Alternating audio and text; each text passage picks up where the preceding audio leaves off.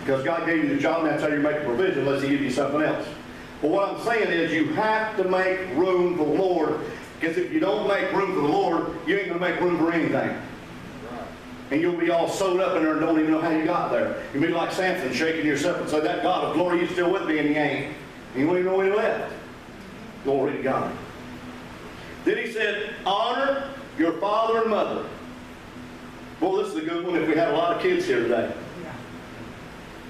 You know, one of the first things that comes out of a kid's mouth when you say, I need you to do this, or I want you to do that, they say, why? Or they say, that ain't fair. Makes you want to slap them right in the mouth, don't it? There's nothing anywhere that said it needed to be fair.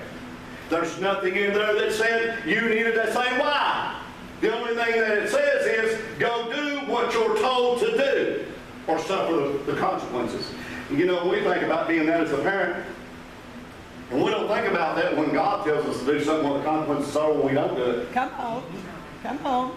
God's long-suffering with us, but He don't have to be in some things. He only has to tell us one time that He wants us to do something, and if we get bullheaded and don't want to do it, and then things start falling across different ways, Lord, why is this happening to me? Why is this going on? Why ain't this working? Why is that happening? It's because we ain't doing what He told us to do. Simple as, did you talk to your neighbor this morning when you seen him about Jesus love you? Now, I didn't have time to talk to him. I'll talk to him later. Okay, so I'll just have time to bless you later. How'd that be today? So He said, go back, take care of what you need to take care of, then bring your offering to the altar. Yes, He did. Don't come in blessing God, praising God when you ain't done what you're supposed to do. Make sure that everything's done you're supposed to do as He requires it of you. And then your hands are clean. Then when you come in, you can bring your offering to the Lord and say, Lord, I've done everything You want. I'm here. I am the delight. I love being in the law of the Lord. I'm doing everything You want me to do. And I can expect Your blessings on me because I am doing what You told me to do. Amen. Glory to God.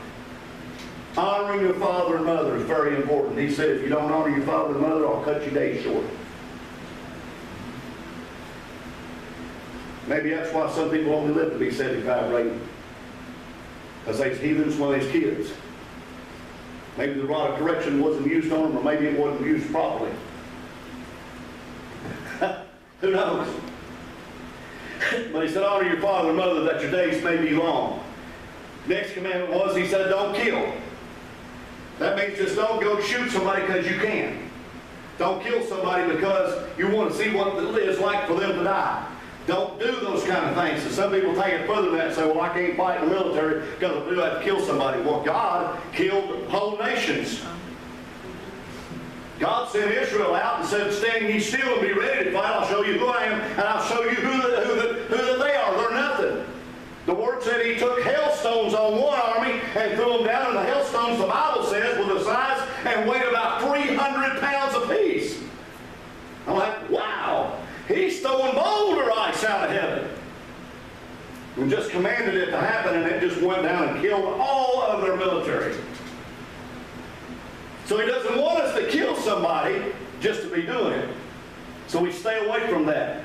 Then He said, don't commit adultery. Man, that's a hard one today. That's the hardest one right there, probably out of all of them, that people fail on. It's because they commit adultery. Sometimes they commit it in their heart. The Bible says if you look upon a woman, or women look upon a man with the intent to possibly think about how it would be to be with them, then you've already committed adultery in your heart. You might as well went ahead and done the whole act. That's what the Word says. Stay yourself away from them. You know how you do that?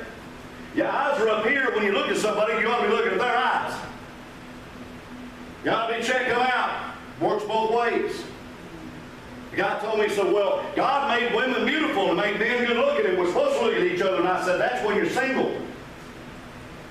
When you get married, you cling to your spouse, and that's who you're with, and that's who you love, that's who you cherish, that's who you adore, and that's all you should be interested in. If not, it constitutes sin, and sin will separate us from the hand of God. Well, we lived all of a life like that and stood before the Lord and he said, well, you know, you was adulterer in your heart, now you're going to hell because of it. I don't know the mind of God, but God's a serious God. He didn't put this stuff in here just nonchalantly. We didn't have nothing else to do. He said, this is what will keep you holy, and without holiness no man shall see God. Glory. He said, don't commit adultery. And then he said, don't steal. Don't be taking stuff that don't belong to you. If it ain't yours and somebody didn't give it to you, don't take it. Leave it alone. It's real simple. People get to be kleptomaniacs. They get to taking one thing and they got away with it. They'll take some more to get brave and keep on until they finally get caught. And sometimes when they get caught, they go to their garage and everybody's stuck around the neighborhoods in the garage. Well, they stole barbecue grills and stole statues out of the yard. I mean, they just steal anything because they can. He said, don't get caught up in that mess. Do not lie. He said, a man that's a liar, a woman that's a liar shall not enter into the gates of glory. Right.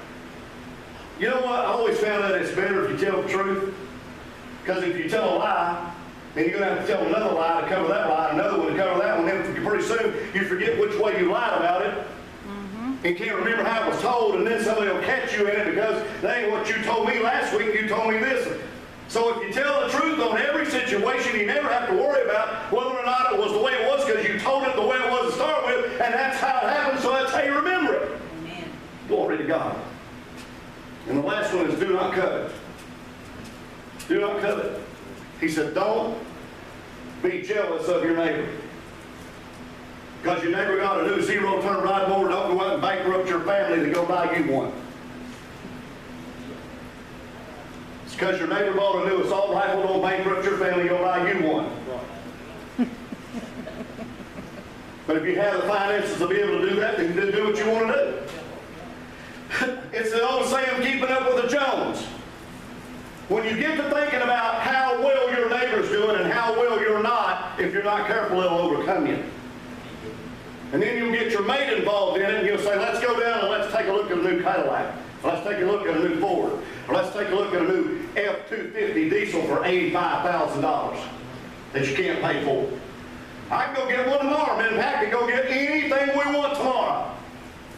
But I can't pay for it. We ain't going to get in that situation. I don't care what my neighbors have.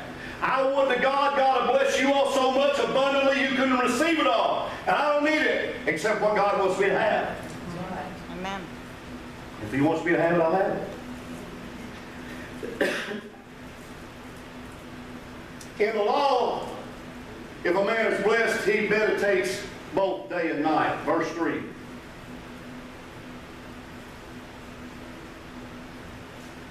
He shall be planted like a tree planted on the rivers of water. If we're really where we need to be with God, we're going to be planted first off in a place where there's nourishment, where there's everything we need in abundance. And that's why he said if a tree is planted close to a riverbank, that tree will never die. That tree will flourish. It will continue bringing the fruit it's supposed to bring. And it will do it in its season because that's what it does, because it's where it needs to be all the time.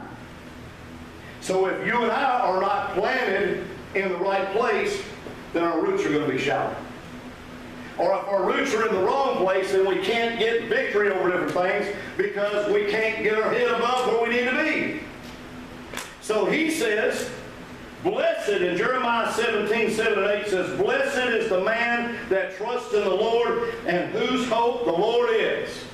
For he shall be as a tree planted by the waters, that spreadeth out her roots by the river, and shall not see when the heat comes, but her leaf shall be green, shall not be careful in the year of the drought, neither shall cease from yielding fruit. He's comparing trees with people. He said, if we're planted in the right place, if we're doing what we need to do, we're doing all we know that we're supposed to do, we will become trees of righteousness. And that will cause people to flock to us and say, how is it that you're able to stand when everything around you is folded up? I see something in you that I don't see anywhere else. What is it that's there? And it's the perfect opportunity to tell them that there is never a drought in God. There is never a drought from the river of the Lord. When we're where we need it, He wants us to be when our feet's planted right by the river of grace of God. When we're right where we need it to be and our roots are deep in what we believe and what we enjoy and what we are. Don't ever forget who you are in the Lord, by the way, because He bought us by a price. And so when we find out that's where we're supposed to be, when we're doing what we're supposed to do, when it all comes to the bottom line, He said, you'll be like trees that's planted by the water. And you'll be like trees that are full of fruit, that are full of the vegetation that God is wanting to bring forth. That you will change people's lives simply by them looking at your lifestyle. Glory, hallelujah. Hallelujah.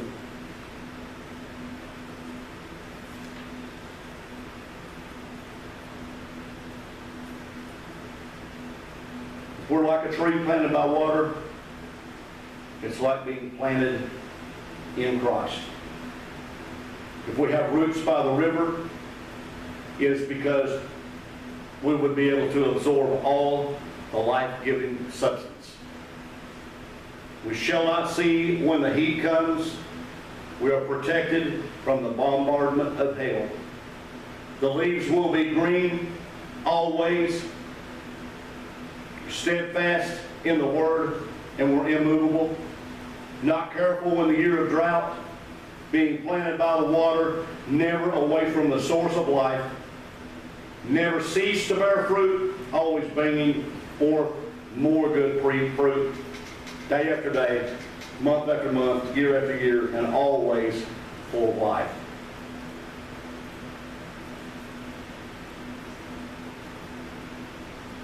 Matthew 3:10 says this, and now also the axe is laid unto the root of the trees. Therefore every tree which brings not forth good fruit is hewn down and cast into the fire. You know what we need to be with each other? We need to be fruit inspectors. Amen. You catch your brother or your sister in the fault, don't beat them down over it. Confront them with it. Do you know you ought not to be doing that? I'm not trying to judge you, but you know better than to do what you're doing. And if they hear you, the Word of God said, well. But if they don't, and it's a serious enough situation, then get you a brother or sister in the faith and go back to them again that they may heed the warning of God. Then if they don't hear you, shake the dust off your feet and go on, because you have fulfilled God's command to you. And once that is there, then God will take that situation up and He will handle it. And He will look at the individual and He will bring the remembrance to them. If you want to make heaven your final home, you better start producing good fruit. And you give them an opportunity to straighten up. And then if they don't, then it's between them and their God. And you have to back out of it and let it go. Because you've done all you can. You can't make somebody live right. You can't make somebody do right. You can't make somebody act right. And God won't make them either, but He'll make them wish they had. Either in this life or the one to come. So if He's planted by the tree, He shall be like a tree planted by the rivers of water. It's going to bring forth fruit in its season. The leaf will never wither, and whatsoever that He does shall prosper. Amen. That's what the Word says. It's real. We try to make it so hard for people to live by. God said, I'm going to take 66 books and put them in 10 laws. And Jesus said, I'm going to do one even better than that. I'm going to make it so easy for you that only a blind man and deaf and dumb never could hear, see anything ever in his life be able to know unless I pierced into his heart and told him. He said, I'm going to make it all on, put it on 2 laws. We'll compile it all together, put it on 2 laws. He said, number 1, he said, if you want to make heaven, love the Lord with all your heart, all your soul, and all your mind. And number 2, he said, love your neighbor as yourself. We don't never have a problem with number one. We can love God, man. We can get into the holiest of holy situations and shout with the best of them and love God and fall out on the floor and let God bless us and have tremendous service. But when somebody comes in that's not quite like us and they sit down, we don't want nothing to do with them. They're on their own. That's our neighbor. It's not just your neighbor where you live. It's your neighbor in the church. Well, I'm not talking to Sister so-and-so because she said something about me last week. Well, how do you know she said something? Because Brother Billy told me that she did. And truth be known, she didn't say nothing. Well, me talking about you. And there you are all mad over a situation, over nothing. It happens over and over and over and over and over. Wouldn't it be better if we just thought about how good that God is to us? Amen. And because His greatness and His goodness overflows off of me, it's going to flow over onto them. And all I have to do is just live God in front of them. And just every once in a while when I get an opportunity, just throw a little bit of tidbit out and say, you know, the Lord loves you. And let it go and walk away. A couple of days later, if you see them, say, hey, man, what's up? Just want to let you know God loves you. One of two things will happen in those scenarios. Sooner or later, they'll either say, don't come and talk to me about this no more, or they'll say, why do you keep coming by and talking to me about this Jesus? You understand today that the United States is the most needed country for evangelism and revival in the world now? And I'm going to close with this thought right here. We have gotten to a point in our society in the United States right now where the great falling away of the saints, that the prophecy is being fulfilled, is starting right here in our own country. Yes, it is. It's not affecting other countries yet. It's affecting us here. I talked to several pastors in the last couple of months, and they've all told me the same thing. Whereas they were running 150, they're down to 30. Whereas they were running 600, they're down to 300. Whereas they were running 1,000, they're down to 200. Everybody's church is on the downswing. And when you talk to people, they say, well, I'm just too busy to come to church. I really don't feel the need for me to be at church anymore. I think I'm just going to stay home and I'll be okay. I love the Lord. Everything's fine. My son is a prime example of that, and I've talked to him and Pat's talked to him. He thinks that he doesn't have to come to church. He thinks that it's okay for him not to be in church. He thinks it's okay, and his wife thinks it's okay. And so I told him the other day, I said, Clint, I said, you have a son now that's almost 15 years old. He used to want to come to church with his mama and papa. Now we wake him up and he says, no, I don't want to go. And I said, and Josh is almost 13. Woke Josh up the last time he was in, said, Josh, you want to go to church with us? No, I really don't want to go. Mom said, I'm going to go with home then today, so I'm not going to go. Woke Haley up, she said, yeah, I'm going to go to church. She got up and came with us. And I said, you know what you've done? That you are, your children will become. And I said, you know what the real sad thing is? You're going to stand in front of judgment for the Lord one day. And I said, because you and Lauren know how to control and how to possibly hold your salvation somewhat together and not be in church temporarily, your children don't have that. They don't have the ability to stand on that. Exactly. I said, so what in this instance is happening is you are fulfilling last day's prophecy by saying, I don't believe I have to go to church to bless God and worship the Lord. I don't believe I have to be there. It ain't in the Old Testament, it's in the New. And he made sure that it was prophesied to the church today. See to it you fail not the assembling of yourselves as the manner of some is. But gather yourselves together the much more as you see the final day approaching. Yes, amen. And I know it doesn't say be in church there, but where do you think that you're going to get strength from? Do you think that you and Mitch stay at home every time the doors is open? How long will it be before you turn into weak Christians? You have to get together with people of like faith. You have to be in the presence there. And the God of glory can come down and manifest himself in corporate praise and worship. That's what he desires, to come down where we are. That's why we preach about trees of righteousness, because we can all grow up together. And you know what God does when he gets a bunch of people together? He grows them together in their roots. All get tangled up together so they grow together. So when one starts assembling, the other one puts their arm around and says, come on, let's get straightened up here. That's why he said if you find your brother or sister in fault, go to them and talk to them about it. Don't beat them up. Just don't tear them down. Just say, look,